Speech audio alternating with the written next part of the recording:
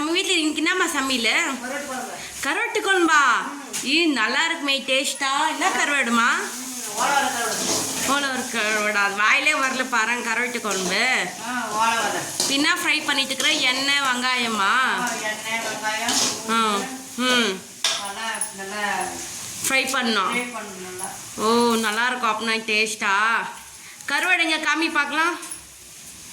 எங்கே கருவாடு? ஓ கம்மி. ஆமாம் நல்லா இருக்குமே. இது பத்தியா நல்லா ஃப்ரை பண்ணால் சூப்பராக இருக்கும், டேஸ்ட்டாக இருக்கும். இது கொஜ்ஜா? என்ன இன்னைக்கு திடீர்னு கருவாட்டு குழம்பு வைக்கிறீங்க?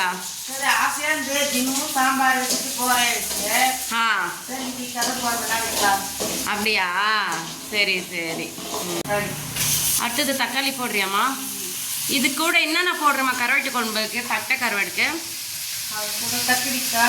அப்புறமா உருளைக்கிழங்கு கத்திரிக்காவா?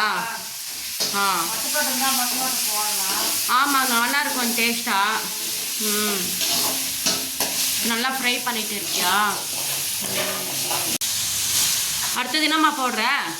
கத்திரிக்காய் உருளைக்கிழங்கு. கத்திரிக்காய் உருளைக்கிழங்கா? நல்லா டேஸ்டாக இருக்கும்ல இந்த கத்திரிக்காய் வந்து? ஆமாம் ஆமாம். நல்லா ஃப்ரை பண்ணிக்கணும்ல. அடுத்தது என்னம்மா போடுற? மிளகாத்தூளா? வீட்டில் அரைச்சி மிளகாத்தூள் தானே இது?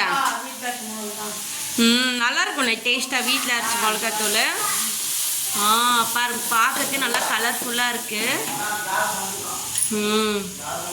அடுத்தது என்னம்மா போடுற? தண்ணியா? நல்லா கொஞ்சம்னாக்கா புளி தண்ணியா? கருவாடு எப்போ தான் போட போகிறா? கொஞ்சம் புளிலாம் போட்டு. அப்படியா? சரி சரி. இன்னைக்கு ஒரு புடி வேண்டியதா கருவாட்டு குழம்பு.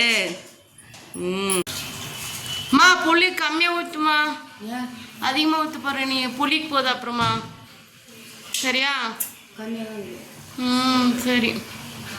கருவாடு கழுவு இல்லையா? க்ளீன் பண்ணல? கழுவு. என்னம்மா கொச்சிச்சா குழம்பு? கருவாடு போடுறியா? கம்மி. ஆமாம்